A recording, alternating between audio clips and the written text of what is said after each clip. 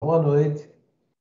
Vamos dar início a mais uma reunião magra do Serviço de Cardiologia do Hospital São Lucas, do nosso 35º ano, a reunião de número 1489. Hoje nós um tema abordado é um tema que é de muito interesse para todos nós, que é de angiotomografia de coronária na avaliação da dor torácica na emergência.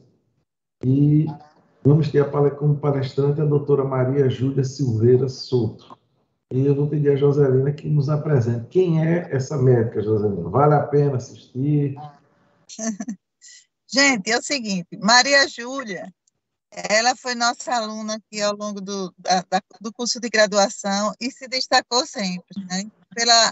Pela responsabilidade, pela inteligência, pelo compromisso, pela curiosidade, né? Ela sempre foi bastante curiosa de questionar, de ir adiante, né? Então, ela sempre foi a aluna que motiva o professor e que faz com que a gente ache que vale a pena ensinar, né, as novas gerações. Então, ela é uma criatura que saiu de Aracaju já no começo, já para definida ser cardiologista, né? Não foi aquela aluna que fica, eu vou para endócrino, vou não sei para onde, não. Ela é muito definida, Júlia. É uma pessoa que sempre sabe o que quer. Não tem. Eu digo que Júlia, ela tem uma saúde mental muito boa, né? Porque a gente precisa de pessoas com saúde mental, né? Porque esse é um problema das nossas gerações aí. Então, Júlia, eu se destacava na minha forma de ver os alunos, que é das melhores saúde mental que a gente tinha na turma. Isso, para mim, tem um valor muito alto. E aí, ela já saiu de Aracaju, já entrou na clínica médica, lá na escola de clínica médica em Campinas, apesar de ter passado em Ribeirão, em vários locais, né? Ela passava em tudo que ela faz. E por fim, ela terminou a clínica médica, foi para o Dante Pazanese, e lá no Dante também se destacou, super elogiada pelos professores. E aí, na hora de fazer a prova de residência, resolveu fazer angiotoma e ressonância, mas ela saiu daqui com esse intuito, porque ela sempre soube o que quer, boa de escolher as coisas. E aí também passou na prova de angiotoma e ressonância do INCOI do Dante. E ela voltou com a história, conversando comigo e com o Luiz, né? Mas ela perguntava assim, o que é que vocês acham do Dante e o INCOI? Só que a pergunta dela já era uma pergunta pro forma, porque a gente percebia que ela já tinha escolhido o Dante. Então, como sempre, ela foi muito boa. Então, vocês vão ter hoje o prazer de assistir a aula que Júlia foi exatamente da defesa. Ela já está voltando com o mestrado defendido, né? Que é uma raridade você terminar uma residência, já vi, com o mestrado defendido. E ela vai mostrar o que é que ela marcou presença no serviço de angiotomo do Hospital Dante Pazanese de Cardiologia. Tá, Júlia? Então, fica agora por sua conta, né? O espaço. Parabéns, eu estou muito feliz de estar com você aqui de volta. Muito feliz mesmo. Ô, Júlia, eu vou precisar... Luiz Fábio também foi uma pessoa que teve uma alta colaboração, uma alta responsabilidade pela escolha dela, né? Porque desde o começo o Luiz motivou bastante Júlia, né? Motivou na, na, tanto na parte científica, né? Ela produziu trabalhos com o Luiz desde jovenzinha, olhando banco de dados. O Luiz foi uma pessoa fundamental, ela vai dizer isso, na escolha profissional dela. Por isso que não ficou nem cor, né? Mas tudo bem. Tá bom. Joselina, no final, Joselina volta a coordenar aqui, ok? Então, a tela é sua, Júlia. Bom, obrigada, doutora Angelina, pelas palavras. Vou compartilhar aqui a tela, tá? Para a gente poder dar início. Estão vendo? Ainda não. Peraí, deixa eu ver o que rolou.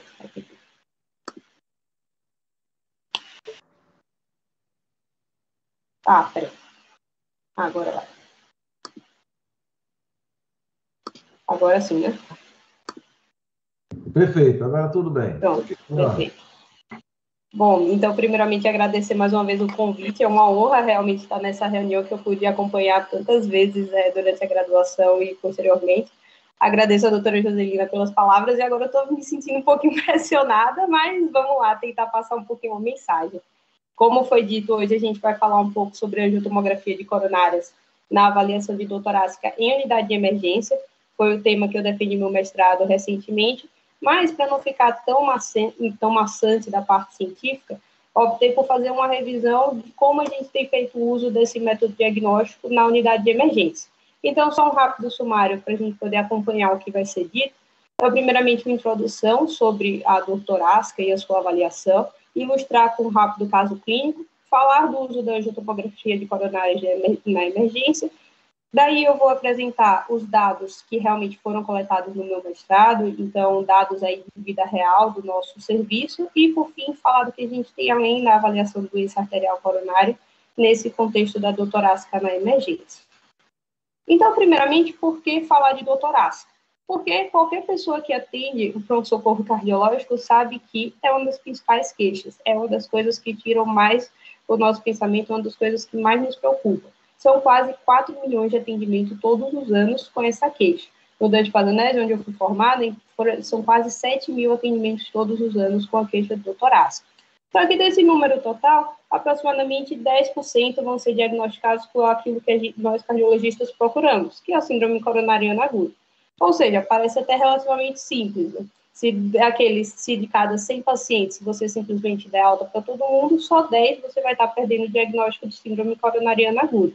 O problema é que a gente sabe que dar uma alta precoce, você perder esse diagnóstico de síndrome coronariana aguda, vai acabar te causando uma alta mortalidade dos pacientes. E quem nos disse isso foi lá nos anos 2000, Pope e colaboradores, eles mostraram que aqueles pacientes que tinham o diagnóstico de síndrome coronariana aguda, fosse um angina instável, fosse um infarto miocárdico, e que iam de alta precoce sem o diagnóstico, dobrava o risco de eventos aí no segmento em 30 dias. Por isso que fica sempre aquela vozinha na nossa cabeça nos perguntando, será que esse paciente não está infartando? Será que eu não estou comendo bola de minha síndrome coronariana aguda?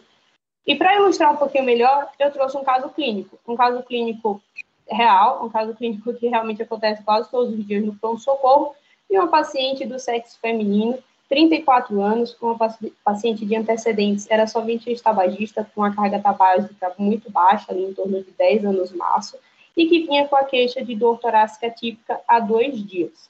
O exame físico nada que chamasse atenção, e eletro e troponina não diagnósticos, ou seja, um eletro sem sinais de isquemia aguda e uma troponina em curva negativa. A questão que fica da pessoa que atende essa paciente é como é que eu estratifico o risco dessa paciente? Como é que eu posso falar que essa paciente de 34 anos, que tem uma dor que eu considerei típica, mas ao mesmo tempo tem poucos fatores de risco, como é que eu vou saber se ela está tendo ou não está tendo uma síndrome coronariana aguda? E a nossa última diretriz de síndrome coronariana aguda, agora de 2021, ela tenta nos ajudar. E é até bom, né? Não é bom para o paciente, mas fica mais fácil para o médico quando tem esses achados aqui do lado direito, então laranjinha ou vermelhinho, que são quando o paciente tem uma troponina negativa, uma troponina positiva, tem uma alteração em eletro, uma alteração em imagem, ou é um paciente de muito alto risco, um paciente que está instável, um paciente que está ali fazendo arritmias, um paciente que está mantendo dor, porque são os pacientes que você vai mandar para o CAT e ponto final, vai o problema para o hemodinamicista. Agora, o grande problema é o outro lado. O grande problema é aquele paciente, como foi esse caso, que tem um eletro normal, tem uma troponina negativa e que fica aquela dúvida. Será que eu mando esse paciente para casa ou será que ele precisa de uma estratificação não invasiva? A nossa diretriz tenta nos ajudar. Ela coloca que os pacientes sem dor e com um Hart score que seja menor ou igual a 3, eles podem ter uma alta precoce. De forma semelhante, todas as diretrizes elas vão acabar discutindo isso. Então, a diretriz do ESC de 2020 sobre síndrome coronariana aguda sem supra, ela fala também que aqueles pacientes com troponina negativa que entrem no critério de rule-out poderiam ter alta, mas traz aquele adendo. Está em dúvida? Talvez você possa fazer uma avaliação complementar.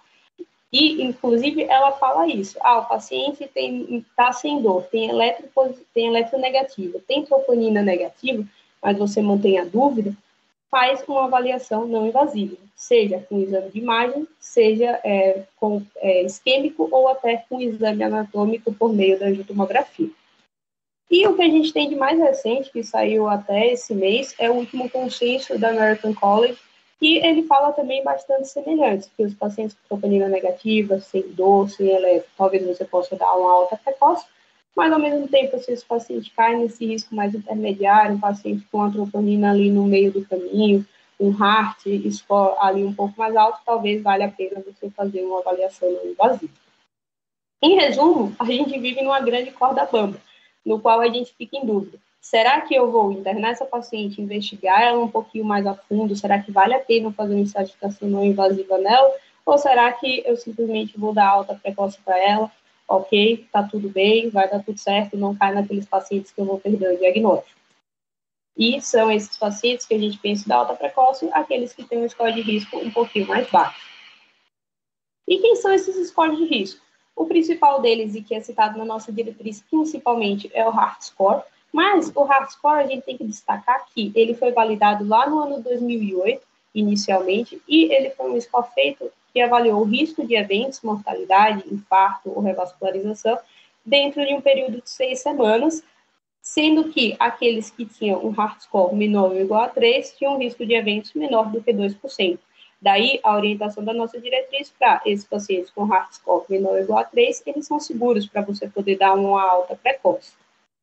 Além deles, ainda tem os famosos Time Risk e o Score Grace. O Time Risk, o grande pioneiro, lançado lá nos anos 2000, que avaliou o risco de eventos dos pacientes que já tinham o diagnóstico de síndrome coronariana aguda. Então, esse é um diferencial em relação ao HEART. O HEART foi um score feito para dor torácica. O Time Risk, o paciente já tinha o diagnóstico de síndrome coronariana aguda, quanto ao risco de eventos em 14 dias. Já o Score Grace, ele foi lançado um pouquinho mais tarde, também para os pacientes com síndrome coronariana aguda, hoje bastante validado também, e avaliou o risco de eventos aí também precocemente. Voltando para aquele nosso caso clínico, aquela paciente jovem, com poucos fatores de risco, pacientes com dor torácica típica, se a gente calculasse os scores de risco dela, daria um time baixíssimo, um time de 0, um score Grace também de 34 e um score Heart de 3. Ou seja, indo só pelos scores de risco, essa paciente poderia ir de alta precocemente de forma bastante segura. A gente sabe, então, que essa paciente tem baixo risco de ter eventos nos próximos dias. Isso aí já está muito bem validado. Mas fica uma vozinha na nossa cabeça, principalmente a gente que atende o SUS e fica com medo daquela paciente se perder no mundo, daquela paciente não ter um retorno precoce de será que eu consigo excluir que essa dor que ela está sentindo não seja uma placa? Será que pelo heart, que ela não vai ter evento dentro de 6 semanas, mas será que daqui a 6 meses, 1 ano, será que ela não tem um risco aumentado de ter um evento e eu não estou comendo bola? E foi isso, provavelmente, que pensou nesse caso, tanto que essa paciente foi submetida à realização de uma angiotomografia. E essas são algumas imagens rapidamente da angiotomografia dessa paciente. Então, a gente percebe aqui uma lesão importante no terço proximal da DA. E quando avaliados um pouquinho mais a fundo, a gente viu que era uma lesão bem volumosa, uma lesão não calcificada, com áreas, inclusive, de baixa atenuação, que é esse roxinho, azulzinho aqui em volta. Então, uma placa ali com características já de uma placa vulnerável. E por que usar a angiotomografia na unidade de emergência? Foram 3 os estudos principais que validaram a angiotomografia nesse contexto, que foram eles lançados nos anos de 2011 e 2012, que foram o CityStat, o ACRIM-PA e o HOMICAT-2, que juntos falaram o seguinte: a angiotomografia para pacientes de baixo a intermediário risco, com eletro normal, com troponina negativa, é segura, eficaz e custo-efetivo. Olhando mais um pouquinho para esses estudos, o primeiro deles, o CityStat, lá em 2011, ele comparou o uso da angiotomografia versus o uso da cintilografia e demonstrou que a angiotomografia reduziu o tempo para o diagnóstico e reduziu o custo sem aumentar eventos. De forma semelhante, em 2012, é lançado o ACRIM-PA, que randomizou os pacientes para angiotomografia ou para a realização do tratamento habitual, né, daqueles hospitais, em uma relação 2:1. E mostrou que aqueles pacientes que iam para a angiotomografia não havia diferenças em relação a eventos e eram pacientes que também conseguiam ter alta um pouco mais precoce. E, finalmente, o HOMICAT-2, que é o estudo que acabou ficando mais famoso aí nesse contexto do uso da angiotomografia para dor torácica aguda, também randomizou quase 1.000 pacientes para angiotomografia versus avaliação habitual, com um desfecho primário de redução do tempo de estada intra-hospitalar, e houve uma redução significativa. E de brinde, eles ainda fizeram o seguimento desses pacientes pelo período de 6 semanas e perceberam que não houve aumento de eventos nesses pacientes que foram para o angiotomo. Então, isso acabou colocando o angiotomo como uma opção muito interessante, como uma ferramenta para avaliação da dor torácica aguda na unidade de emergência.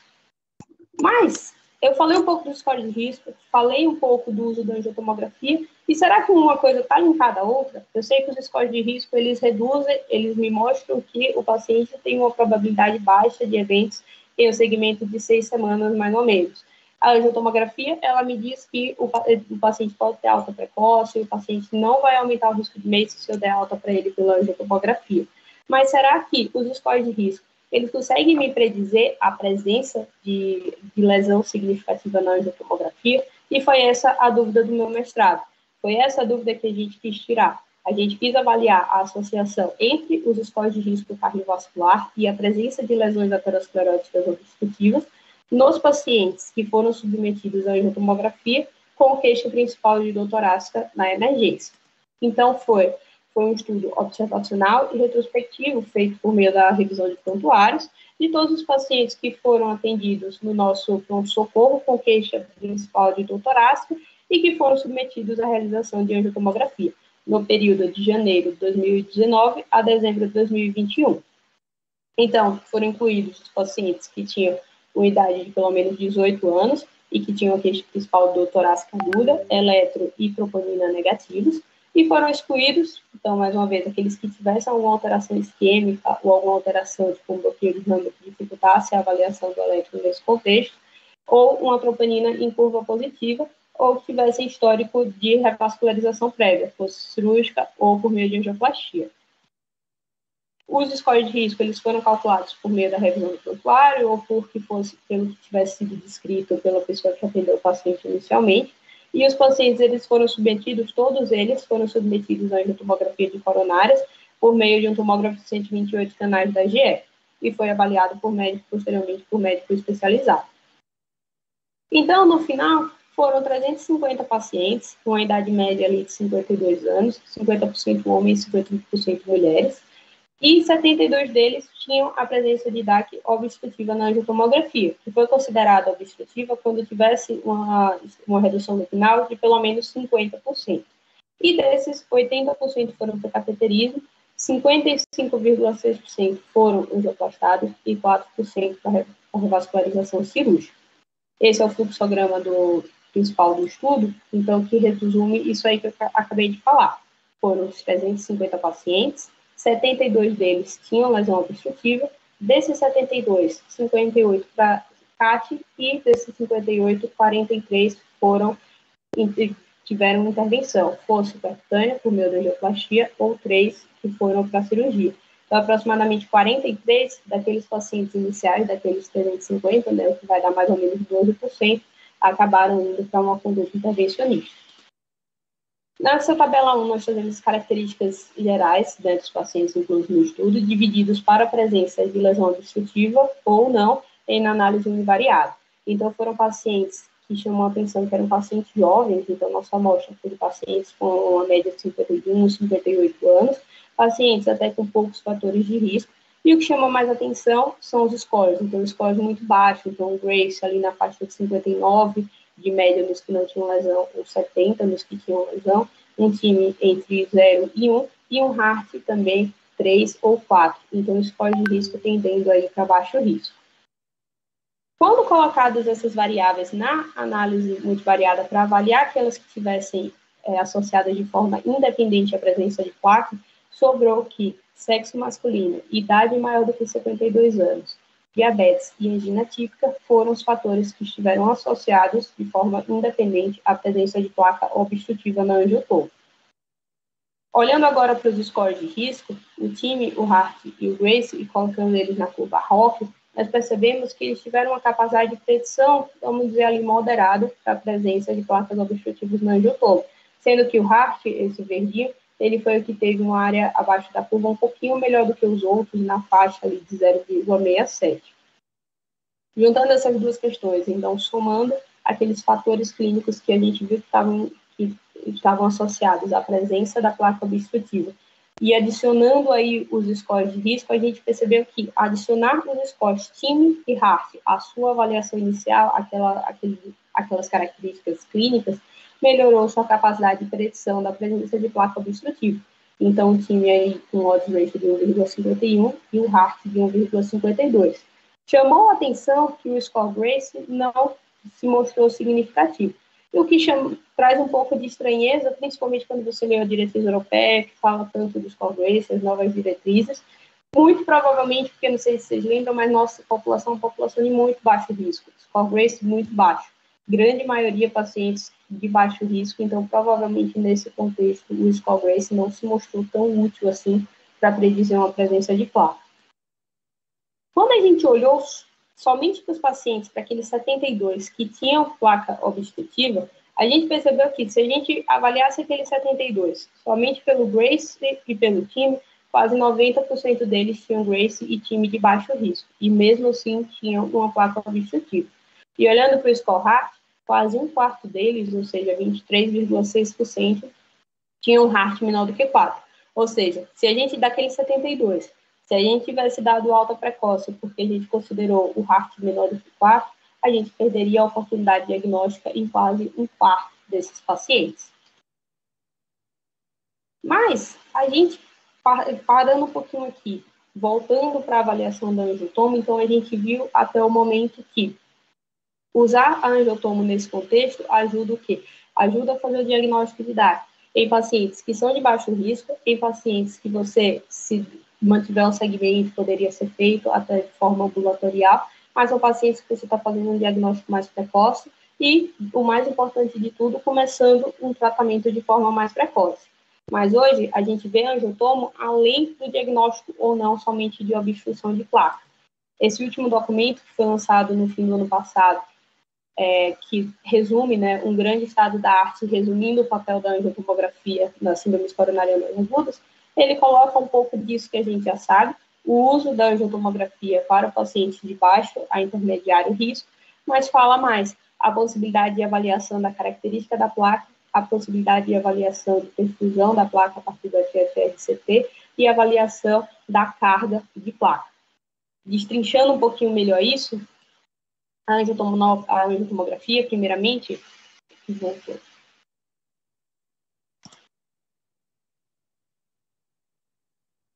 Pronto, voltou. Então, a angiotomografia, ela tem ainda o plus, e que foi uma coisa que a gente acabou avaliando também no estudo, que foi avaliar a característica da placa. Aquelas características que nos dizem que aquela é uma placa mais vulnerável. Isso tudo vem daquilo que a gente já sabe do anatomo patológico, né, quando a gente estuda patologia, que vê que a placa mais instável é aquela placa que tem uma capa fibrótica bem fina, aquela placa que tem um core necrótico, que tem uma área lipídica ali bem desenvolvida, uma placa metabolicamente muito ativa, ou seja, aquela placa que está no ponto ali para romper.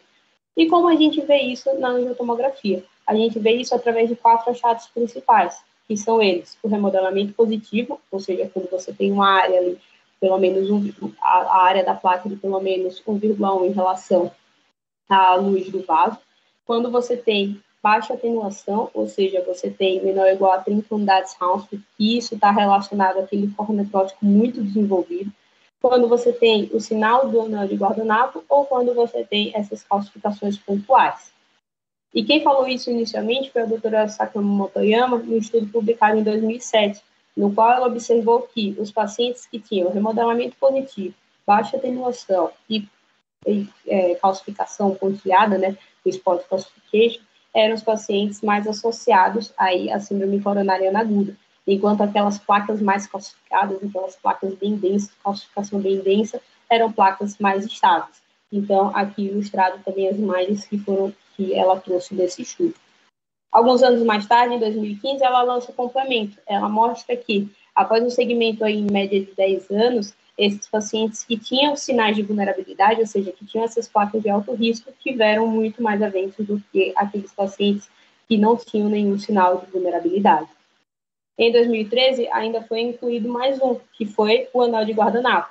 O anel de guardanapo, que ele é representado, né, como aquele anel de mesa ali de jantar, que é aquele aquele anel mesmo que fica no guardanapo, ela mostra que a área mais hiperatenuante seria aquela área mais metabolicamente ativa com a área hipoatenuante central. E esse é o achado que está mais associado ao risco de eventos posteriores, aumentando aí o risco de eventos dessa placa em torno de 5 vezes.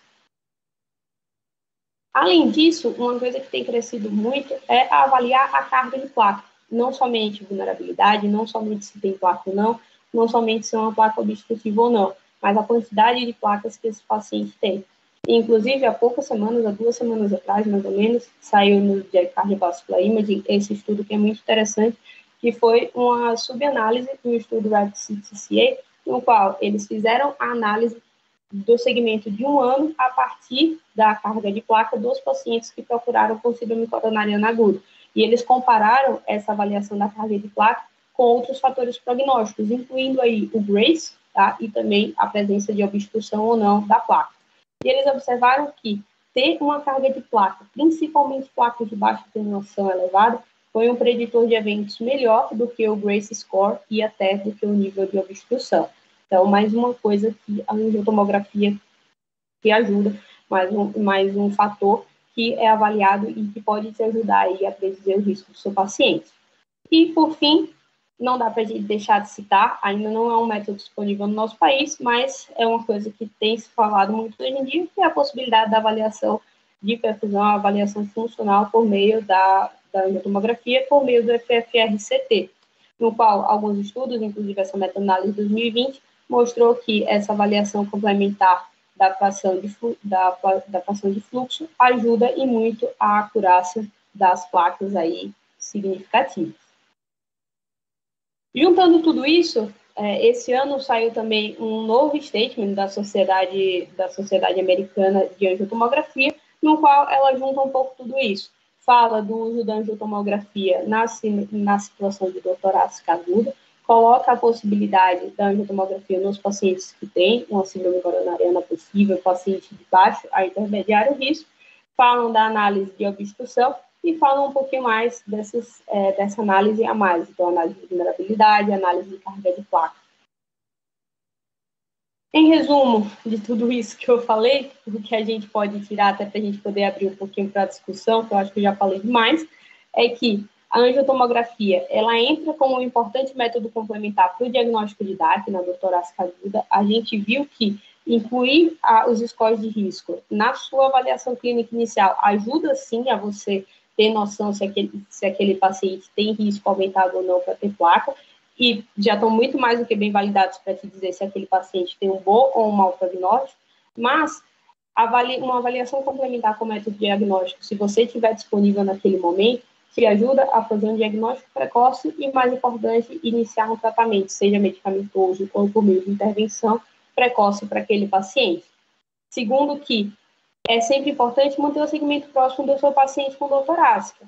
Ótimo, eu estou dando alta precoce porque ele tem um heart score baixo, ele tem scores de risco baixos. Ótimo, eu sei que ele não vai ter eventos, ele tem uma probabilidade eliminar de 2% de ter eventos nas próximas 6 semanas. Mas você precisa manter ele próximo. Você precisa avaliá-lo, você precisa mandar ele para um segmento, para uma consulta mais precoce possível, porque esse paciente teve dor e você tem que ter uma garantia que essa dor não seja uma dor cardíaca. E, por fim, as novas ferramentas para avaliação de doença arterial coronária, a avaliação de DAC, ela está indo um pouco além do obstruiu ou não obstruiu, tem placa, na verdade, é uma avaliação de característica, uma avaliação da carga de placa. E é isso, queria agradecer, aproveitar esse clima de Copa do Mundo, que depois de amanhã já tem jogo, e a gente estava falando, dizer que veio o Hexa, né, e agradecer mais uma vez o convite aí para a reunião. E abro aí para discussões e possíveis dúvidas. Parabéns, viu, Júlia? Eu vou passar agora para a Joselina conduzir aqui a discussão. Muito didática a sua apresentação, parabéns. Ô, Souza, eu sei que você vai ter que sair. Saiu já, doutor Souza, né? Já foi. Bom, eu ia pedir para ele pensar em uma coisa que eu pensei. Em relação ao futuro, né? Júlia, muito boa a sua apresentação, muito objetiva, muita muito simples, né, de entender, tanto para a gente que trabalha com isso, como para os cardiologistas clínicos. Eu vi que tem muita gente na reunião. E aí eu queria que Luiz Flávio tomasse assim a rédea agora desses questionamentos, e no final, e Luiz, aí eu gostaria de voltar para fazer um questionamento junto até a Zé Augusto, queria que Zé Augusto pensasse qual seria a pergunta do doutorado dela, entendeu? Junto com você, vai pensando sobre isso, porque primeiro eu pensei, Luiz, a gente fazer uma discussão aí da parte clínica, né, da questão clínica, e no final da questão científica do futuro doutorado, qual seria a pergunta, né? Certo? Foi o que eu pensei. Então, eu vou deixar agora vocês e Augusto com a palavra, e no final eu retorno, certo? E aí a gente já abre para as perguntas. Zé Augusto está falando com o microfone fechado. Né? Acho que o telefone tá mudo, né? Mas pode começar. Começa aí, Luiz. Eu sei que depois eu quero comentar também. Não, assim, é uma grande satisfação, né, ver Júlia falar aí, né, depois de anos acompanhando a gente como estudantes, né. Lembrando que Júlia, como Joselina já teceu todos os elogios, mas assim, o que chamava a atenção de Júlia, principalmente, era na parte, né, acadêmica, né, porque normalmente quando a gente pede para o estudante, ou o estudante quer, assim, quer escrever um trabalho, né, normalmente a gente costuma brincar, né, quando manda para a gente corrigir, a gente tem que reescrever, né. E Júlia, acho que era uma exceção, né, porque Júlia, quando fazia os trabalhos que chegavam na gente, a gente não precisava fazer nada, porque o trabalho realmente era muito bem escrito. Então, assim, foi uma das poucas, né, que teve essa característica, né, assim, não tinha nem o que reclamar dos artigos dela. E, assim, foi uma das que mais escreveu, né, acho que hoje ela é referência para os estudantes, né, a estudante que mais publicou artigo, né, e mais levou para congresso, inclusive ganhando prêmio, né. Então, assim, realmente, Júlia, não tem o que falar dela, logo, ano que vem está aqui com a gente, espero que integre nossa equipe, né. E excelente aula também, assim, uma aula bem sucinta, né, falou o tempo bem adequado, ainda falou do doutorado, ainda falou do mestrado, ainda falou da aula. Eu tenho só alguns comentários, assim, não comentários, na verdade, questionamentos mesmo, porque hoje eu estou participando da diretriz de doença coronariana, de ressonância de tomografia, e o colega que ficou responsável pela parte da Ângela, ele veio me fazer um questionamento, né, que hoje aquela questão, porque a gente sempre indicou a angiotomo para paciente com troponina negativa. Então, esse é um dos pontos que eu quero falar com você. Que a troponina convencional, se desse positiva, acabou. Né? Não tinha mais que fazer angiotomo. Né? Então, a gente só mandava realmente para angiotomo troponina negativa. Era um pré-requisito. Só que com a ultrassensível, a gente começou a pegar microalterações que muitas vezes não tem nada. Né? E muito pelo contrário, né? Muito difícil. É o contrário. Ela ficou para ser muito sensível e pouco específica. Então, a gente passou a pegar microalterações de troponina discreta, que quando ia lá para o CATS não tinha nada, quando fazia ressonância não tinha nada, e o contrário, né? A gente parou de ver pacientes com troponina negativa, pelo menos começou a ver cada vez menos troponina negativa com lesão crítica, pelo menos lesão culpada, né? Lesão acima de 70 tem. Então, eu não sei se isso talvez mude no futuro. Talvez a gente fazer o contrário, né? A gente não indicar mais, né, angiotomo na urgência nos pacientes com troponina negativa. Talvez troponina negativa ultrassensível, talvez mandar para casa com mais segurança. E o contrário, as positivas, né, até um certo nível, aí isso que a gente tem que definir no futuro, talvez só as positivas realmente a gente fazer angiotomo. Então, isso é um colega meu que ficou com essa parte, que ele comentou comigo, eu acho que queria que você comentasse o que o pessoal tem pensado a respeito. E outra, um ponto mais polêmico, né, que Zé Augusto adora, né, que é a questão do score de cálcio, né? O Sommer, que é polêmico, né? Não sei se você está no grupo da gente do GERT, né? Que ele publicou o trabalho de angiotomo na urgência e mostrou que score 0 é 99,7%, 99,3% de possibilidade de não ter nada, não ter nenhuma doença obstrutiva. Então, ele advogou, talvez, você usar o score de cálcio e o score de cálcio 0 você parar por aí. Eu queria as suas opiniões, você que está no centro de formação, em relação a esses dois questionamentos. O que a troponina ultrassensível muda, né, angiotomo na urgência, e essa questão do score de cálcio. Qual a sua opinião? Você já pegou uma pergunta minha, né? Bom, são perguntas complicadas. Assim, a questão da troponina, assim, lá no serviço, né, no Dante, a gente continua indicando realmente só para os pacientes de troponina negativa. A gente vem mudando em alguns lugares, por exemplo, esse estudo que eu trouxe de poucas semanas atrás da carga de placa, Foi um estudo em inglês, e lá na Inglaterra eles incluem para a angiotomografia os pacientes com troponina positiva, né? Então, os pacientes com a troponina mais limítrofe, eles acabam incluindo.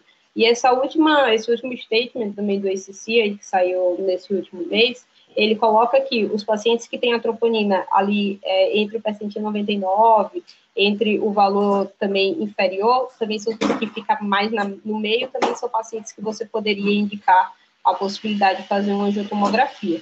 Mas, realmente, eu acho que a angiotomografia, com o passar do tempo, vai crescer nesse contexto, principalmente da dúvida que a troponina intransensível traz, aquela troponina intransensível que fica no limite, você não sabe se é, se não é, então acho que pode crescer um pouco nesse sentido. Mas aqui no Brasil, assim, pelo menos as indicações formais que a gente tem, não sei se vão mudar agora nessa diretriz que está sendo feita, mais formalmente, né, nessa diretriz de síndrome coronariana aguda de 2021, ainda é para os pacientes com troponina negativa, que é o que esses principais estudos incluíram, né, só incluíram aqueles com troponina negativa. E a polêmica do score cálcio está quase virando briga política, né? Tem aqueles extremamente a favor e aqueles extremamente contra.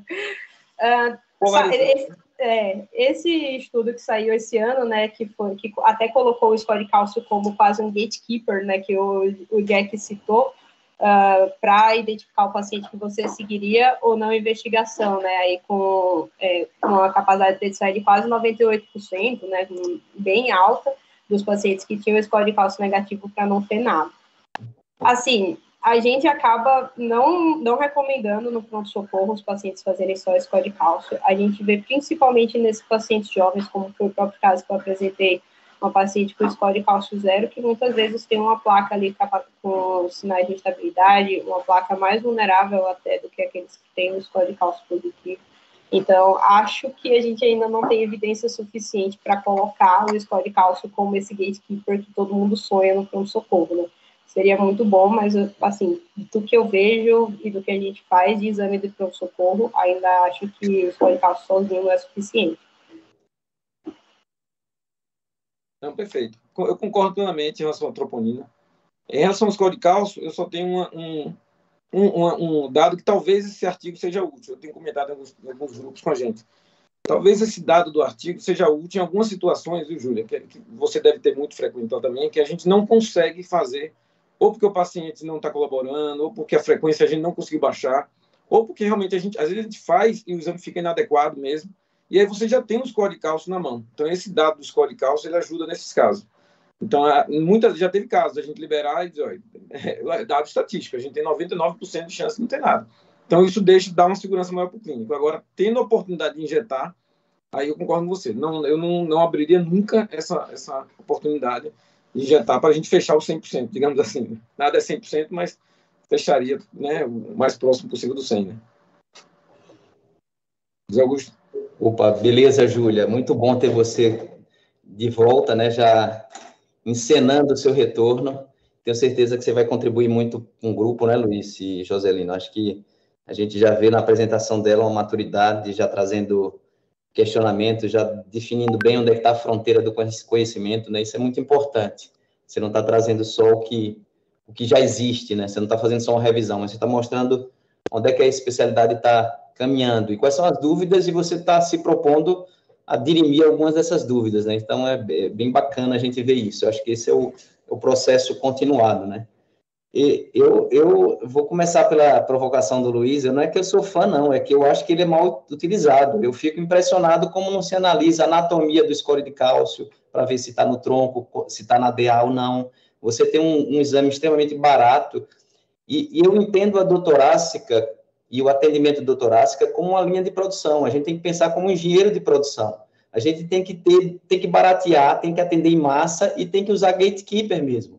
A gente não precisa ter uma acurácia de 100% para os casos, tá? Então, assim, só comentando um pouco do seu material, que é belíssimo, mas seguramente tem angioplastia inadvertida aí, talvez. Tem angioplastia fútil, porque eu estou com um paciente de baixíssimo risco, quando eu encontro uma lesão, que às vezes eu não consigo nem correlacionar, não tem nenhuma técnica de teste de isquemia, e eu coloco um stent. Então, não necessariamente eu estou mudando o outcome desse doente. Então, não é o fato de eu diagnosticar a placa que eu estou protegendo o meu doente. e nem beneficiando o sistema de saúde. Então, acho que a gente tem que pensar uma visão bem mais sistêmica de como é que eu equilibro o gasto e a eficiência do sistema de saúde e como é que eu beneficio o meu doente.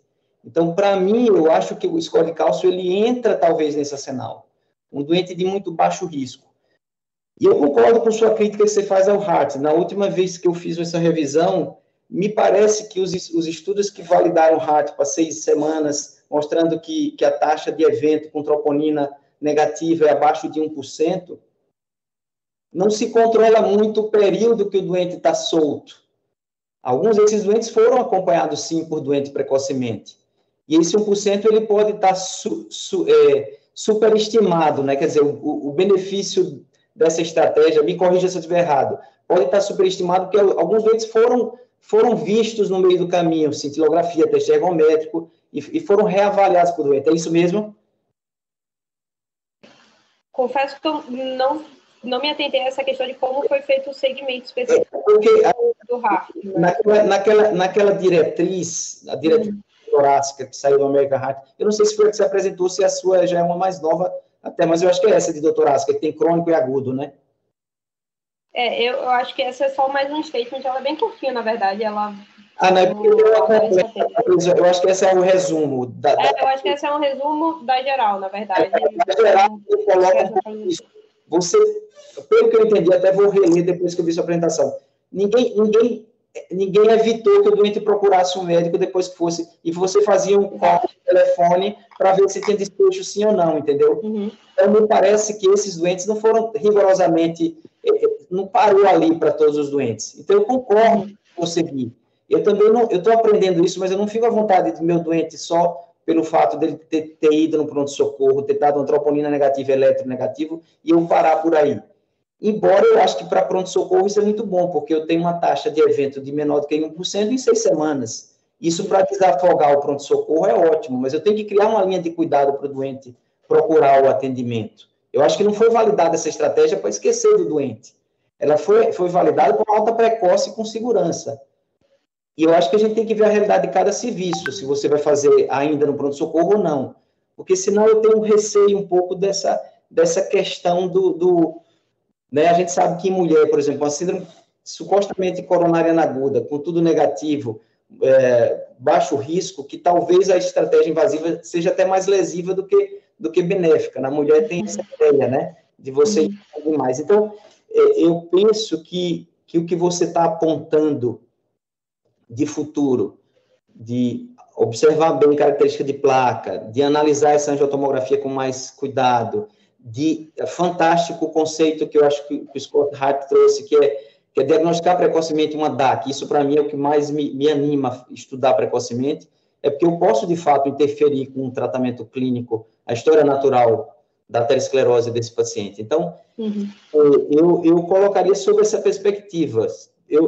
Essa questão que a Joselina colocou, ela provoca um pouco, mas talvez, assim, como pesquisa, eu acho que uma análise nesse banco de dados do score de cálcio também, tratamento com score de cálcio, e vendo, por exemplo, desses pacientes seus que você diagnosticou obstrução de forma prospectiva, quantos já seriam só triados pelo score de cálcio, seria bastante interessante.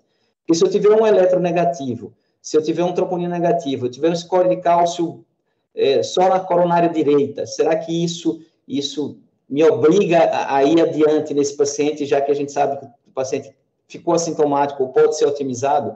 Então, são questões desse tipo. Eu não teria agora uma resposta assim, contundente para dizer o que é que se estudaria, mas eu acho que validar estratégias nesse sentido, eu acho que é o caminho. Você vai continuar o que você está fazendo. Eu faria só de forma prospectiva, mais controlada, sendo um doutorado, uma pergunta que você pudesse responder de forma mais sistemática. Mas parabéns aí, é muito bom ouvi-la, muito bom saber que você volta ainda mais empolgada do que você era quando estudante.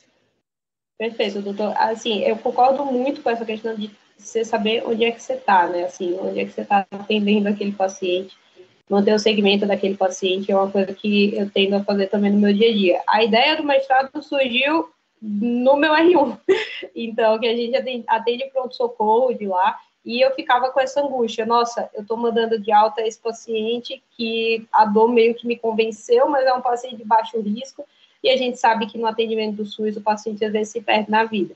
Mas, ao mesmo tempo, a gente sabe que não é todo lugar que tem um angiotomo ali para mandar aquele paciente na hora para fazer. Então, por isso que eu quis avaliar se incluir os scores de risco na avaliação clínica ajudaria aí a predizer a presença de placa, e a gente viu que sim. Então, é sempre importante fazer os scores de risco, mas, ao mesmo tempo, se você tem a possibilidade de um exame complementar, pode te ajudar bastante se você, na sua avaliação clínica, ficar na dúvida. Júlia, só uma coisa que você comentou e eu esqueci de falar uma coisa, mas você reforçou que eu tenho que falar isso. De qualquer forma, você dá uma ideia na sua fala que há uma insuflação dos resultados, já que os que foram para angiotomo são o cheirinho, o feeling era que tinha doença, o feeling era que tinha uma dor mais típica, não é isso? Com certeza, Seguramente insufla um pouquinho os resultados, né? Porque você realmente achou muitos casos com obstrução. No meu entender, eu esperaria um pouco menos. Você fez 40 intervenções em 300 e poucos casos, né? Sim, a gente acabou pegando a busca, né? Foi dos pacientes que foram para angiotomo. Então, e não dos que foram atendidos com dor torácica. Combinação, né? Já é um heart plus, né? Sim. Plus, né? Já é um doente que o clínico achou que deveria fazer. Que eu acho que o tirocínio clínico é esse mesmo. A gente não pode se basear só no heart. O heart é uma ideia, mas se a dor for muito típica, a gente diz, o Luiz fala isso, né? A dor muito típica tem que ir, né? Não tem jeito. Exato. Mas já, às vezes, quando a gente está atendendo em um... Não é Luiz que ia falar que vai, diga, Luiz, Júlia. Não, tem um viés de ser um serviço de referência também, o Dantes, né? Então, quando você pega um serviço de referência, você sempre vai achar mais tudo, né? Uma prevalência maior.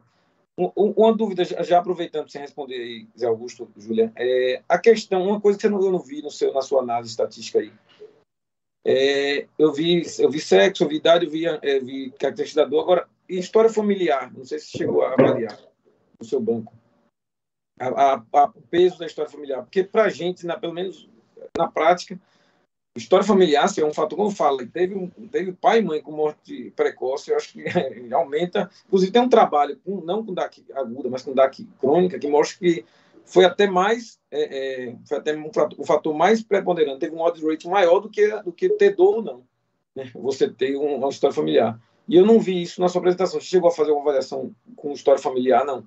A gente chegou a avaliar, o problema da questão da história familiar foi a análise retrospectiva, né? Como não fui eu que avaliei os pacientes, né? Eu pegava do prontuário, é uma pergunta muito complicada, porque não é todo mundo que pergunta, em relação à idade, se teve eventos, se teve infarto menor de 55 anos, então acaba ficando um conceito um pouco subjetivo quando você está fazendo uma análise retrospectiva do prontuário, né? Então, acabou sendo um N muito pequeno daqueles que tinham história familiar positiva. Retrospectivo tem estudo retrospectivo tem essas falhas, né? Mas realmente, se for fazer alguma coisa prospectiva, eu acho que vale a pena focar nisso aí, porque é uma coisa que chama muita atenção na urgência. Com certeza, a gente sabe que na hora de decidir no pronto-socorro é uma coisa que a gente leva bem em conta, né? Eu gostaria de lembrar o seguinte, Luiz Fábio participou, eu trouxe um banco do Dante Pazanese, complementei com o daqui, né, Luiz? E nós estudamos escola de cálcio zero com placa. Fizemos o mestrado de Fabiola, tá lembrado, Luiz? Você colaborou muito. Sim. E nós encontramos, né? Júlia participou também. Júlia participou também, né, desse trabalho. Júlia participou também desse trabalho, escola de cálcio zero com placa, em 2016. A SBC nos homenageou lá no Dr. Souza foi receber uma placa como o trabalho mais baixado dos arquivos brasileiros de cardiologia, aquele trabalho, né? E aí, eu e Luiz, nós fizemos o quê? Um acompanhamento desses pacientes com escola de cálcio zero com placa em relação a eventos. Lembra, Luiz? Sim. Só que seria o doutorado de Fabiola. E aí, Fabiola casou e foi morar no Rio de Janeiro e terminou, que agora já pariu e tudo mais. E nós colocamos aquela aluna, lembra Luiz? E aquela Yasmin. Uma menina também muito boa. E esse trabalho, está feito, né? Nós fizemos, lembra, Luiz, na pandemia que nós passamos várias noites com você, com o Reinaldo e com a aluna boa também, e terminou que a gente ainda não publicou aquele trabalho. Aquele trabalho teve uma revista, eu acho que a gente mandou, que não aceitou por causa do N, que o N era muito. O N do que tiveram segmentos era muito pequeno. Porque o trabalho inicial teve um N bom, mas os que tiveram segmentos a gente foi perdendo muito. Então ficou muito pouco, né, de segmento. Eu acho que teve esse probleminha aí. Então, aí nós já temos essa experiência. Júlia sabe, Luiz sabe mais ainda. Eu posso até resgatar esse trabalho que tem no meu computador. Mas, assim, realmente, os eventos, né, requer tempo, né? Como eu tinha tempo, que eu colhi os pacientes lá em Dante 2014, 2015, 2013, então já tinha tempo para poder ter a coorte, né, para ver os eventos. O N era pequeno, realmente, porque realmente o N é pequeno na literatura. Nós fizemos uma revisão, lembra, Luiz? E que o N de eventos com escola de cálcio zero realmente é pequeno, não vai ter N grande, né? É a mesma coisa de você querer anão de Itabaianinha, ter muitos anões, vai ser pouco. Então, mas depois acabou saindo na literatura, né? Mas trabalhos recentes. E, ao que parece, a placa não calcificada, isso é um dado aí para defender Zé Augusto aí. Mas, assim, a presença de placas não calcificadas, no crônico, pelo menos, né, não aumenta eventos. Em relação, por exemplo, se você pegar placas, né, obstrutivas, né, o score de cálcio elevado, score de cálcio zero com placa e score de cálcio e não ter placas, né? Então, você comparar o paciente sem placa ou com placa com score de cálcio zero, não parece ter mudança. Primeiro, porque crônico, a gente sabe que a chance de eventos é muito baixa. E segundo, porque a chance de eventos está muito relacionada com a extensão da doença. Então, normalmente, esses pacientes que têm score de cálcio zero com placa, tem pouca doença. Ele vai ter uma lesão, duas no máximo, né? E o cara que tem cálcio, ele vai ter, né, uma extensão maior. Então, parece que, do ponto de vista de prognóstico, o paciente com score de cálcio zero, independente de ter placa ou não tem muita diferença. Agora, no agudo, aí eu já tenho mais medo, né? Porque no agudo você pode ter uma lesão suboclusiva, como o Júlia mostrou aí, né? Então, aí pode ser o paciente que esteja, né, com um angina instável, com uma placa obstrutiva, placa suboclusiva. Então, aí, realmente, no agudo, eu ficaria mais preocupado em termos de prognóstico. Não estou falando de diagnóstico. Mas, saindo desse tema de score de cálcio, eu tinha pensado, sabe, Júlia, no FFR, certo? Porque, quando eu saí daí do Dante, estava aquele afã de fazer o FFR na tomo, né? E aí, o que é que você tem de novidade para a gente? E também eu pensei, né, Júlia, não sei se tem sentido aquilo que eu lhe falei no dia que você levou seu pai lá para fazer o X-ray, que é fazer uma comparação aí das características das plagas com o FFR, que porventura você tenha os dados aí ainda do seu banco de mestrado da hemodinâmica, se eles fizeram na hemodinâmica. Eu também pensei nisso. Eu não sei o que é que Zé Augusto e Luiz pensa sobre isso, e você também, né, que você ficou ouvindo, mas não falou nada naquele dia. E aí, você pensou? Me livrei de um problema do mestrado, você já quer me arrumar outro, né? Não, mas teria que ver inicialmente quantos deles fizeram FFR nesse contexto, né? Daqueles 72, 50 e poucos foram para CAT, não sei quantos eles acabaram precisando estudar o FFR, já que o seu método mais caro não é tão disponível assim ainda, pelo menos no SUS, né, no serviço público. Então, é uma ideia interessante, mas teria que ver só essa questão do N mesmo. No caso, você também pode chegar lá no Dante e ver todos os pacientes que fizeram FFR e estudá-los, né? Veja aí o que é que você acha, José Augusto e Luiz, sobre isso. Não, é bacana. Eu acho que quando ela mostrou aquele dado da obstrução e a dilatação sem uma prova isquêmica, eu acho que isso, para a gente clínico, né, fica faltando, né, talvez. Então, seguramente, uma avaliação funcional, até para fazer a triagem, seria bem interessante, né? Seria o FAME pela tomografia, pelo que eu estou entendendo, né? O problema da avaliação funcional no Dante é muito grande, né? Porque a gente passou por isso lá e Júlia sabe, eu sei, doutor Ibrahim sabe, que a avaliação funcional no Dante tem um monte de limitação, porque a cintilo não é tão... digamos, né? O que eu acho que a síndrome coronariana aguda está mudando, isso, se a gente for refletir o conceito síndrome coronariana aguda, se você pegar as primeiras revisões, tem a revisão do Valentin Fuster da década de 90, do New England, só se conhecia a arteriotrombose, né?